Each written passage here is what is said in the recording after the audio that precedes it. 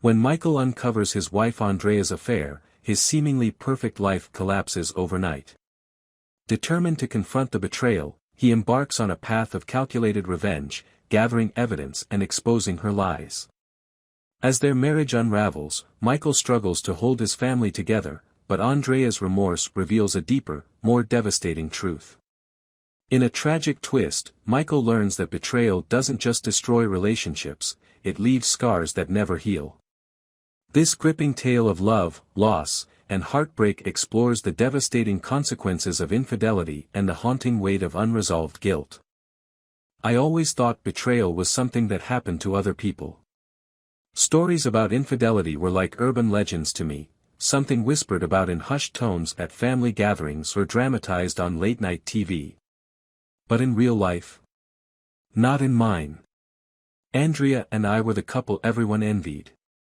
At least, that's what I believed. We met 15 years ago, at a charity event neither of us wanted to attend. I remember spotting her across the room, standing awkwardly near the appetizers. She was stunning in a subtle, effortless way, a rare mix of charm and grace. We clicked instantly, and within a year, we were married. 2 kids, a comfortable home, and a steady rhythm followed. Life wasn't perfect, but it was ours. Lately, though, something had shifted. Andrea started taking more work trips, which she claimed were essential for her role as a marketing executive. I didn't think much of it at first, her job was demanding, and she'd always been ambitious. But her absences grew longer, her stories more vague. Networking, she'd say, waving off my questions with a casual air. I didn't press her. Why would I? We were solid, or so I thought. The first crack appeared on a sunny Saturday morning. Andrea had forgotten her purse at home before heading out for one of her supposed work trips. I noticed it as I tidied up the living room, her phone buzzing on the coffee table. Reflexively, I glanced at the screen. A message preview glowed up at me, "Can't wait for tonight, babe. I'll bring the wine." It was from someone named Chris. For a moment, my world tilted. The message was intimate, too familiar. My brain scrambled for explanations, maybe it was a joke, a wrong number. But the pit in my stomach told me otherwise. Still, I told myself not to jump to conclusions. I wasn't the paranoid type. When Andrea came home 2 days later, she was radiant, her energy electric.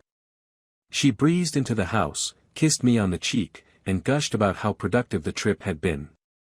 That night, as she showered, I found myself staring at her phone, still sitting on the bedside table. I knew her passcode, it was our anniversary. My hands trembled as I keyed it in. The messages confirmed my worst fears. Andrea and Chris weren't just colleagues. They were lovers.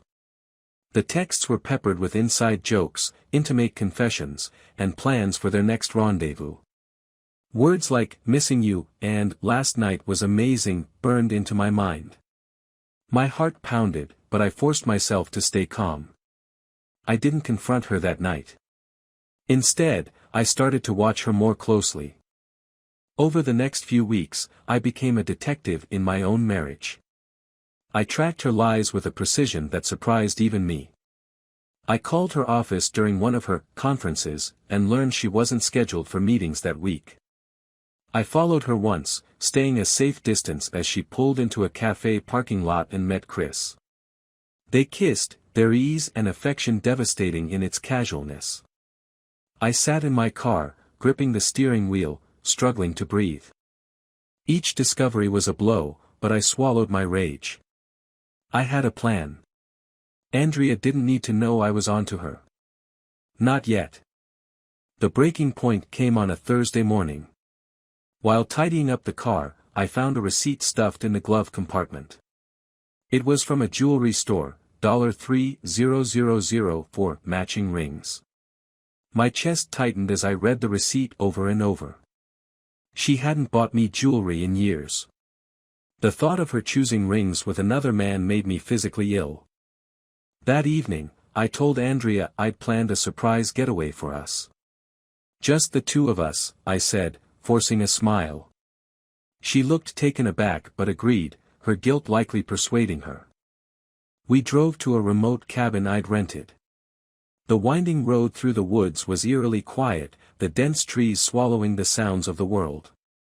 Andrea seemed relaxed, chatting about everything and nothing, oblivious to my simmering anger.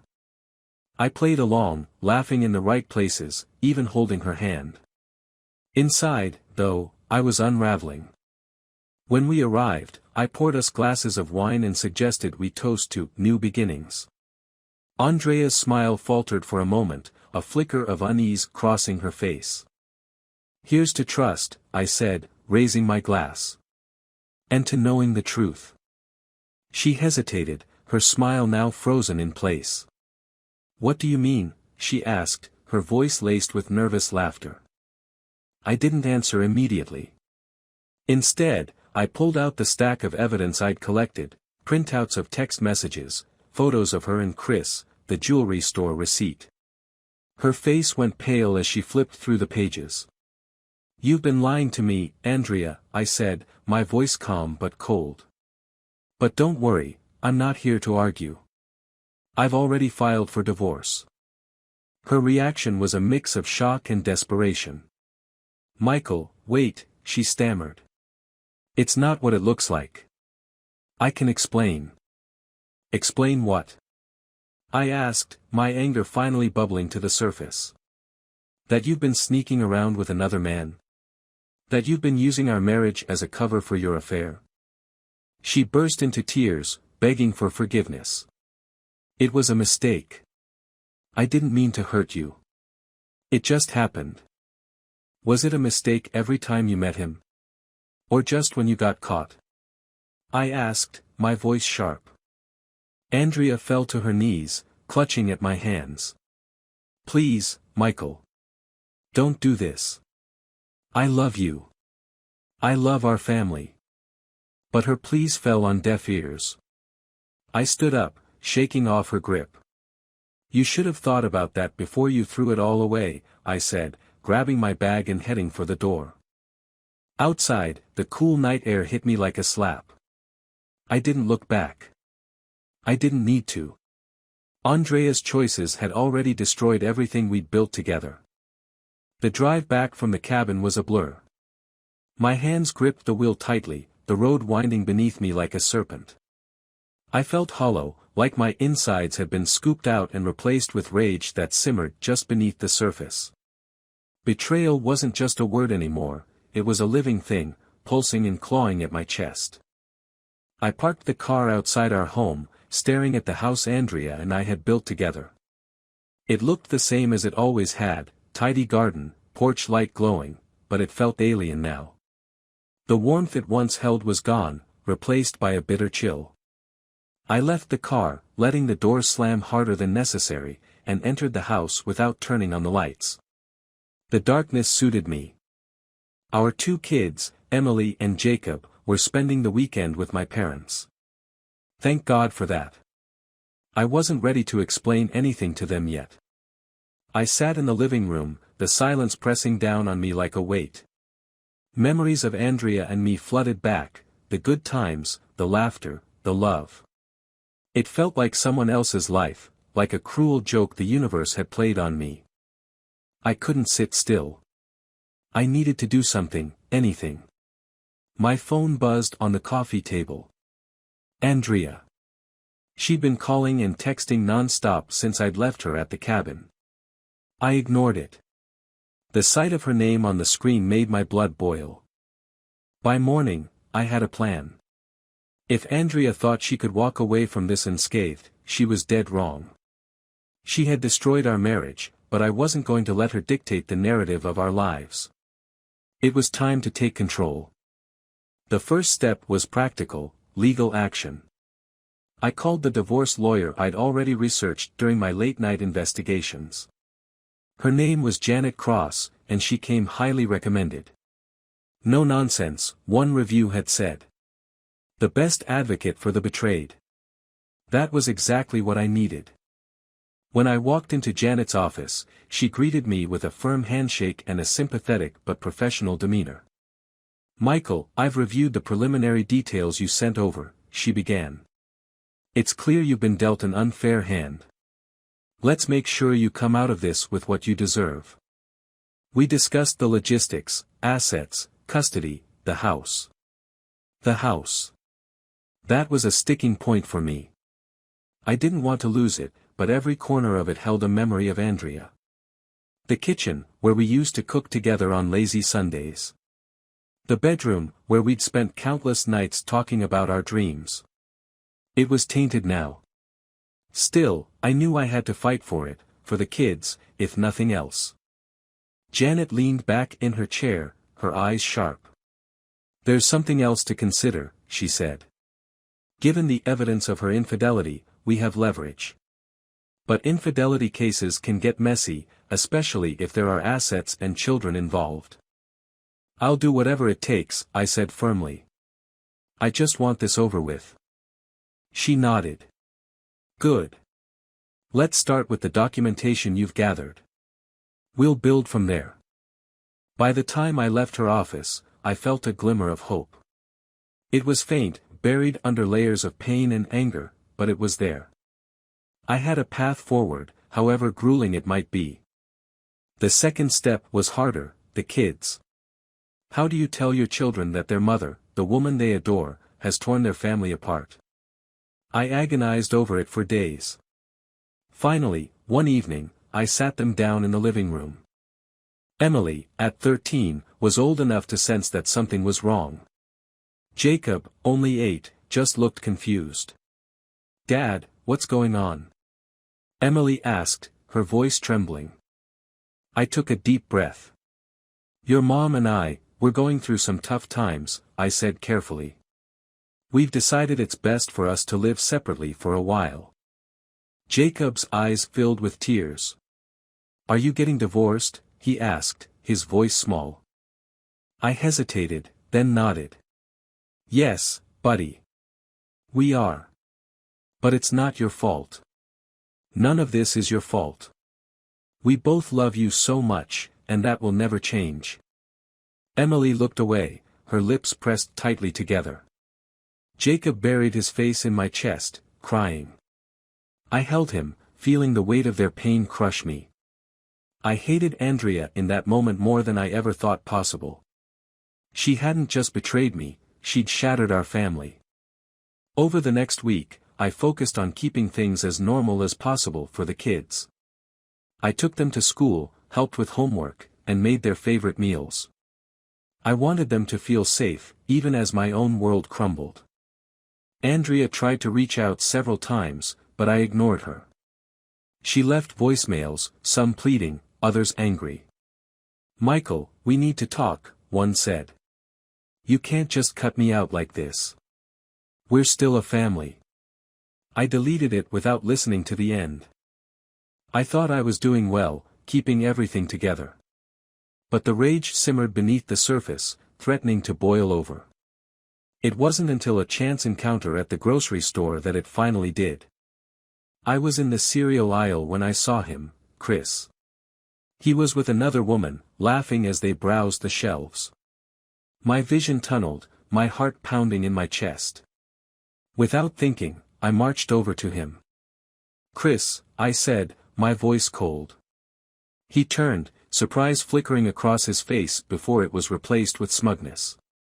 "Michael, right?" he said, feigning politeness. I didn't even let him finish. "You're a piece of shit," I spat. "You think you can just waltz into someone's life and destroy it? You have no idea what you've done." His smile faltered. "Hey, man, calm down. This isn't the place." "You don't get to tell me to calm down," I snapped, stepping closer. "You ruined my marriage. My family. Do you even feel an ounce of guilt?" He looked uncomfortable, glancing around the aisle. "Look, I didn't force anything. Andrea. Don't you dare say her name," I growled, my fists clenching. A store employee approached cautiously. "Sir, Is everything okay here? I forced myself to take a step back, my breathing ragged. Yeah, I muttered. It's fine. As Chris walked away, I felt a wave of satisfaction. I might not have gotten physical, but I'd made my point. He couldn't walk away unscathed. That night, I lay awake, staring at the ceiling. I realized something crucial: my rage, my pain, it was consuming me. If I didn't find a way to let it go, it would destroy me just as surely as Andrea's betrayal had. But letting go wasn't as simple as forgiving and forgetting. I needed closure, and I wasn't going to get it until I had seen this through to the bitter end. The days bled into weeks, each one as cold and gray as the November sky outside my window. Andrea's absence loomed large in the house, but it wasn't a void I mourned. It was more like a wound, raw and stinging, that I couldn't stop poking. I'd scrubbed the kitchen counters, rearranged the furniture, even repainted the walls in the living room, but no amount of physical change could erase her presence from my mind. The divorce process moved slowly. Janet was meticulous, combing through every detail of our finances, preparing for a fight over custody and assets. She's going to push back, Janet warned during one of our meetings. She'll try to paint herself as the victim. Be ready for that. I nodded, though the thought of Andrea playing the victim made my stomach churn. I don't care what she says, I replied. She can spin whatever story she wants. I just want the truth to come out. The truth. That word had taken on a new weight in my life. It was my anchor, the thing that kept me from being swept away by the storm of betrayal. But truth, I'd learned, was never simple. It came in layers, each one more painful than the last. It was during one of those cold, hollow days that I stumbled across something that shattered what little composure I had left. I was sorting through the attic, looking for old Christmas decorations, when I found a box labeled Andrea's keepsakes. I hesitated, my hand hovering over the lid. Part of me wanted to leave it alone, to pretend it didn't exist. But curiosity, or maybe masochism, got the better of me.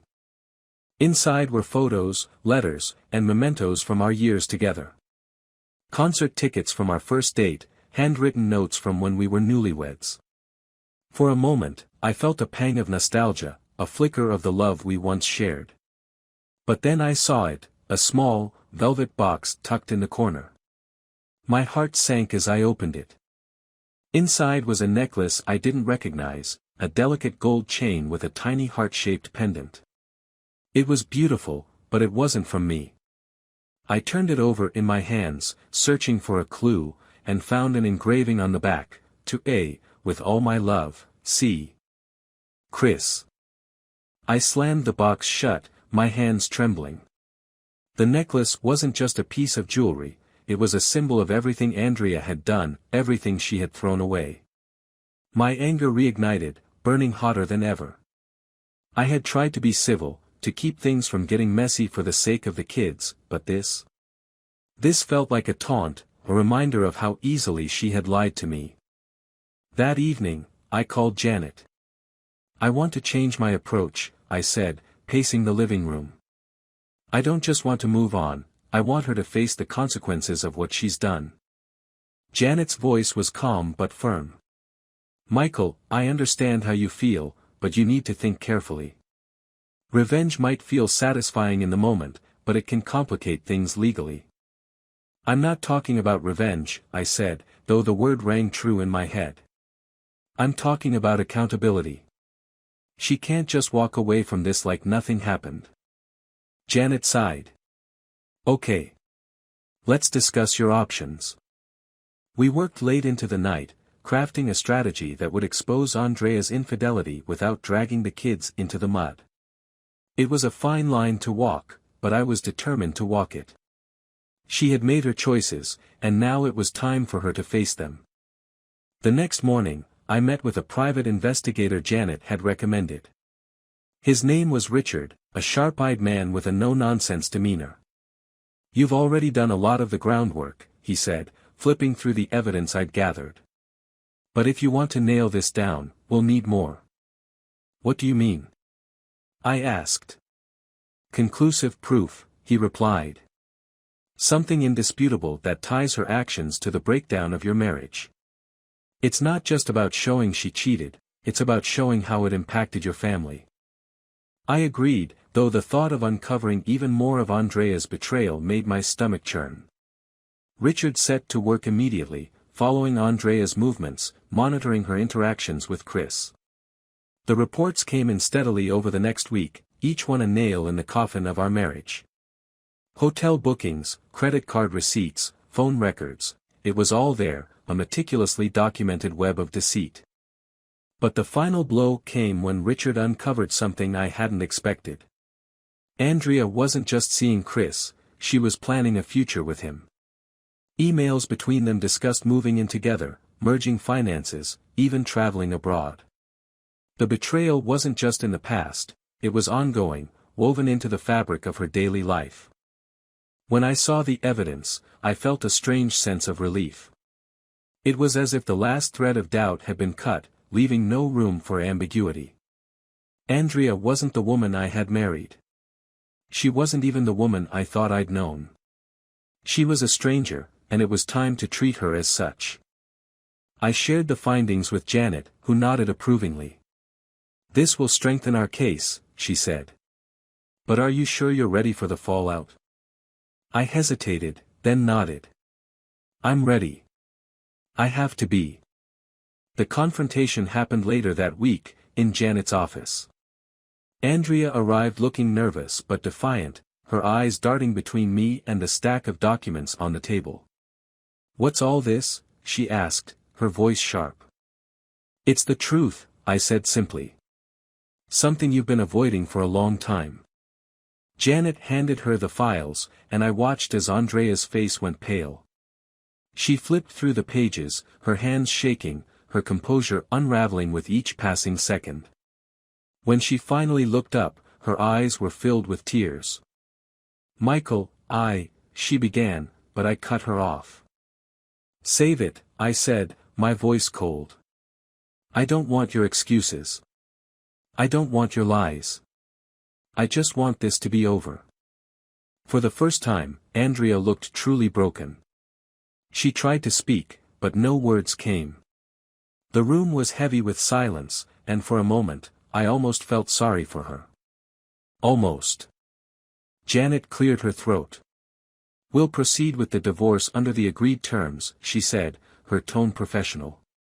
"If there are any disputes, we can address them in court." Andrea nodded numbly, her tears falling silently onto the papers in front of her. I didn't stay to watch her sign them. I had already seen enough. When I stepped outside, the cold air hit me like a slap. But this time, it felt refreshing. Cleansing. For the first time in weeks, I felt like I could breathe again. The road ahead would be difficult, but at least now, it was mine to walk. The weeks that followed the confrontation were a blur of paperwork and tense silences. Andrea moved into a small apartment across town, and we agreed to a temporary custody arrangement for the kids. Emily and Jacob were struggling to adjust, and every time they came home from Andrea's place, I could see the questions in their eyes. They didn't ask, though. Maybe they sensed that I didn't have the answers. Despite the chaos, I tried to focus on rebuilding. I threw myself into work, picked up old hobbies, and spent as much time as I could with the kids. But at night, when the house was quiet, the weight of it all pressed down on me. I'd lie awake, replaying every argument, every betrayal, every moment when I could have done something, anything, to change the outcome. The anger had dulled, replaced by a deep, aching sadness. One evening, I received an unexpected call from Andrea. I hesitated before answering, my chest tightening at the sight of her name on the screen. "Michael," she said, her voice strained. "I need to talk to you. It's important." I wanted to tell her to leave me alone, to handle her problems without dragging me back into her mess. But something in her tone stopped me. Reluctantly, I agreed to meet her at a park near her apartment. When I arrived, she was sitting on a bench, her hands clasped tightly in her lap. She looked tired, worn down in a way I hadn't seen before. For a moment, I almost didn't recognize her. "What's this about?" I asked, standing a few feet away. She looked up at me, her eyes glassy. "I've been thinking a lot about everything that's happened.